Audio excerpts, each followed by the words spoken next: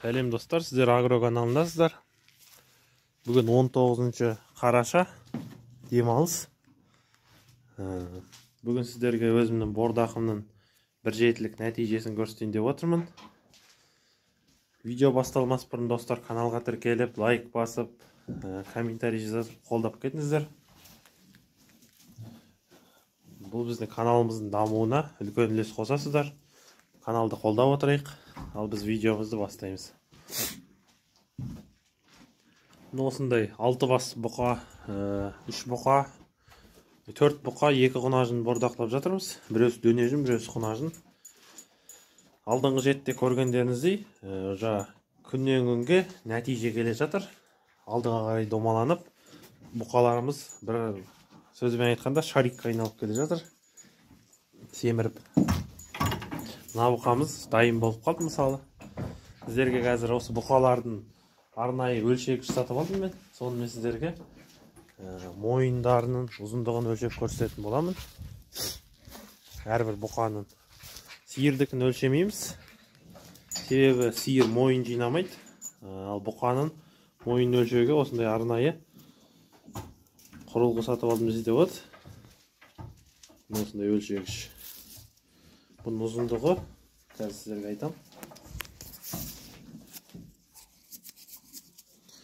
Бұл қатты қымбат тұрмайды, тиын ғана тұрады. Ұзындығы қателеспесем 1,5 метр. Қазір сіздерге өлшеп көрсететін боламын. Көбінесе кеуде аймағын өлшейді, бірақ кеуде аймағын өлшегенге жете ме, қазір көрейін. Оны да егер жетіп атса, өлшеп сіздерге көрсететін боламын. Бірінші мына сары бұқамыздан бастайық, өлшеп тексеріп. Өзімде әлі өлшеп көрген жоқпын, бірінші рет өлшейін деп тұрмын. Осыны өлшеп, мына жерге дәптер жапсырып, соған 1,7 сайын өлшеп, мойнын өлшеп, ұзындығын, жалпақтығын жазып отыратын боламыз. Сол арқылы малымыз семіріп жатыр ма, қаншалықты семіріп жатыр, соны білетін боламыз, мойын ұзындығы арқылы. Бұдан кейін келесі жолға кеудесін өлшейтін ұзындырағын алып келем. Оны мен кеудесін өлшеп, соны бұқаның арт жағынан алдыңғы кеудесіне дейін өлшеп, содан кейін жалпақтығын өлшеп кеудесінің. Сол арқылы бұқа қанша салмақ беретінін шығарып есептеп көрсететін боламын, қалайдан есептейтінін. Ол келесі видеода. Сол үшін достар каналға тіркеліп отырайық, видеоны жіберіп алмас үшін. Ал мен қазір сіздерге өлшеп көрсететін боламын. Міне достар, біздің бірінші бұқамыз. Қатты тартып өлшеп тұрмын, міне мойнын. Бұның мойны 1,79 екен нақты міне. Астынан өлшеп тұрмын, осындай ортасынан. Қазірше 1,79. Келесісін өлшеп көрсететін боламын. Бұл бізде сары бұқа кішірек. Бұның аткормға кіргеніне жарты ай болды. Бұл әлі дайын емес, бордақыланып. Келесі бізде ішіндегі ең ірілеу сары бұқа, орташасы. Бұны да көрсететін боламын. Жабайланып қалыпты біраз. Жіптен жоқшы.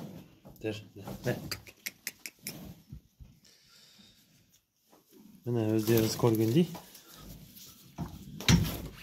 Үлкен бұқаның мойны үлкендеу болады. Қазір кішкене тартып. Бұның мойны бізде 95. Сары бұқамыз 95. Қоңыр бұқамыз 79. Мойын үлкендеу екен. Өздеріңіз көргендеріңіздей. Қасқа бұқамыз дайын деп отырғаным қазір сатылымға. Қазір бұны сіздер көрсететін боламын. Көбінесе бұларды соғым уақытында соғымға сұрайды.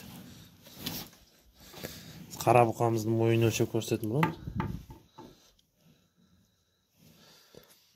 Бұл бұқамыздың мойны 94 екен.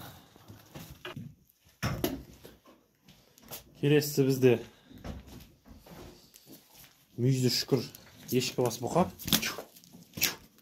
Қазір тұрғызып. Бірі десе жауады.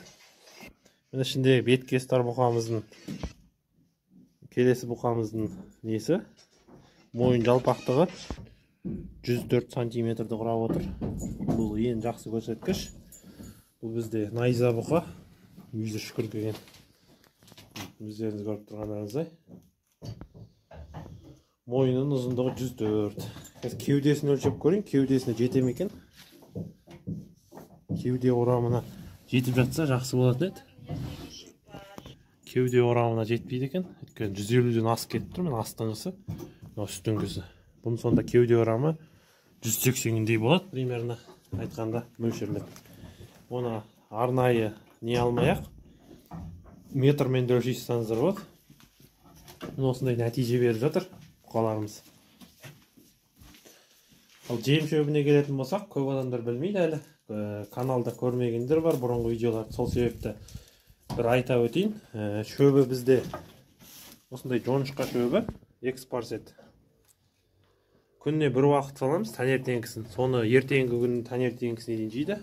Сол шөп жетеді, барлығына, каждыйына бір-бір арқадан салып қоямыз. Жеміне келетін болсақ, жемі бізде тартылған бидай. Бидаймен арпаны араластырып береміз. Себебі тек қана бидай берсеңіздер, бидайдан қайтып қалады. Сол себепті арпа мен бидайды араластырып беріп отырамыз. Осындай бордақ жүріп жатыр. Астынан андай ортадан сеуіп қоямыз. Достар, арасында дайын болған бұқалар бар, бірақ әлі кейбіреуі толық дайын емес. Мысалы, мына бұқамыз дайын десек те болады. Комментарийде жаза кетіңіздер, қанша килограмм салмақ береді. Міндетті түрде оқуға тырысамын барлық комментарийлерді. Мынау ең кішірек бұқамыз сары бұқа, қоңыр бұқа. Қазір соның кеуде орамын өлшеп көрейік. Мүмкін жетіп қалар бұған. Енді қатты дәу бұқа емес. Мен ойымша, бірақ бұған да жетпейтін секілді. Жоқ, достар, жетеді екен. Бұның кеуде орамы 146, қатты тартып тұр бұрын астырғанда. 146 міне, достар. Ар жағын көрсетем. Міне, жебіміз тартылып, таза кеуде орамы 146, 147 десек те болады. Кеуде орамын өлшегеннен кейін бұқамыздың мойын жатқан жерінен бастап, осы төс шубынан бастап, жамбасына дейін өлшейтін боламыз. Мен сіздерге бұлай көрсете кетейін. Мөлшерлеп өлшейміз. Құйрығын ұшына дейін.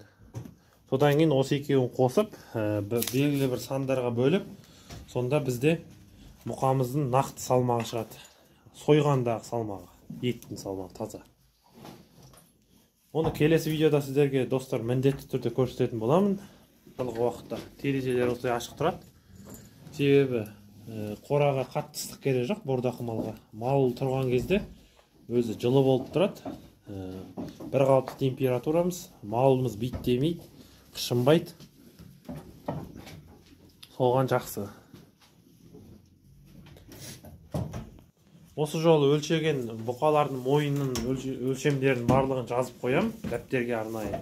Келесі жетіде әрқайсысын тағы да өлшеп шығатын боламыз, достар. Содан кейін қанша шыққанын, қанша мойын өсіп, қанша вес қосқанын білетін боламыз сол арқылы.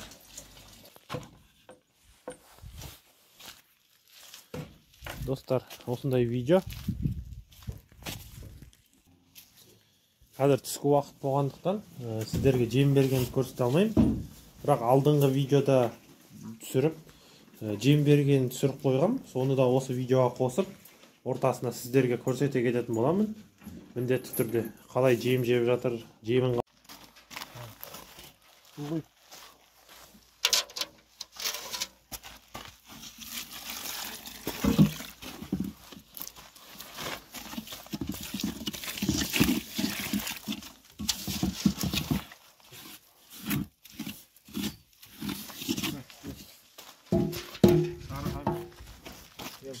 кішкентай ма?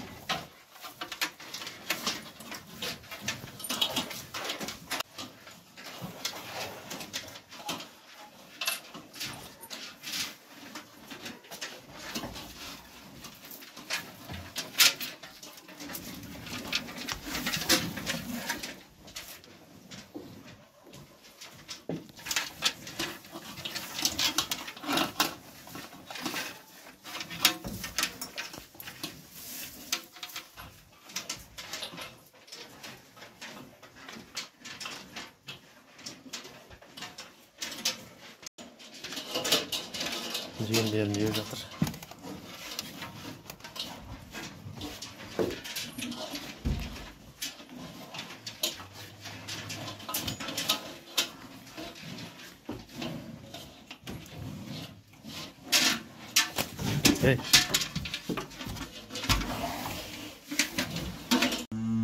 Осындай бір шашқа жем береміз.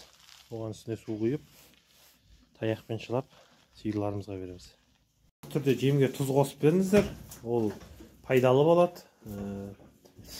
Тұзғы мал тұзды аңсап тұрған кезде стинадағы топырақты жалап, шөптен тұз іздеп, дұрыс тәбеті болмай, семірмей жатады.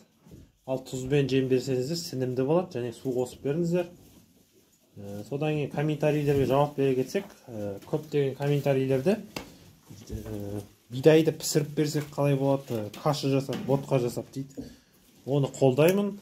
Сіздің артық уақытыңыз болса, және сондай жасай алсаңыз, ботқа пісіріп бере алсаңыз, ол тамаша болады. Жай сумен араластырып бергеннен гөрі, солай ботқа жасап бергеннен мал екі есе жақсы семіретін болады. Сол себепті қолдарыңыздан келсе, тырысып барлығын істеп көріңіздер. Міндетті түрде нәтижеге жетесіздер. Сіздермен болған Агро каналы. Видео ұнаса каналға тіркеліп, лайк басып, каналымызды қолдап отырайық. Келесі видеода кездескенше.